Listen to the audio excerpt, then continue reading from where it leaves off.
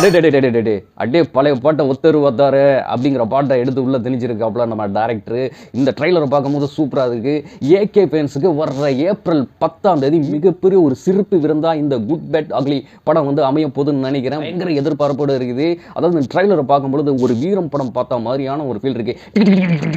அப்பைக்கப்ப கன் sound வந்தாலும் AK படங்களை எடுத்துக்கிட்டோம்னா வைங்களேன், அது ஒரு ஹாலிவுட் படம் பார்க்குற மாதிரி தான் இருக்கும். கொஞ்சம் சிரிப்பு கூட இருக்காது. கொஞ்சம் ஐயோ அடுத்தது அப்படிங்கிற மாதிரி தான் இருக்கும். ஆனால் அந்த குட் பேட் அக்லி அந்த ட்ரைலரை பார்க்கும்பொழுது முழுக்க இதில் சிரிப்பும் கலந்துருக்குது. யோகி பாபு இருக்கிறாரு, ரெடிசன் கிங்லி இருக்கிறாரு, திரிசா இருக்கிறாங்க, பிரபு இருக்கிறாங்க, பிரசனா இருக்கிறாரு. படத்தோட பட்ஜெட் பார்த்தீங்கன்னா 225 பார்த்தீங்கன்னா 300 கோடி வரைக்கும் செலவாயிருக்குது.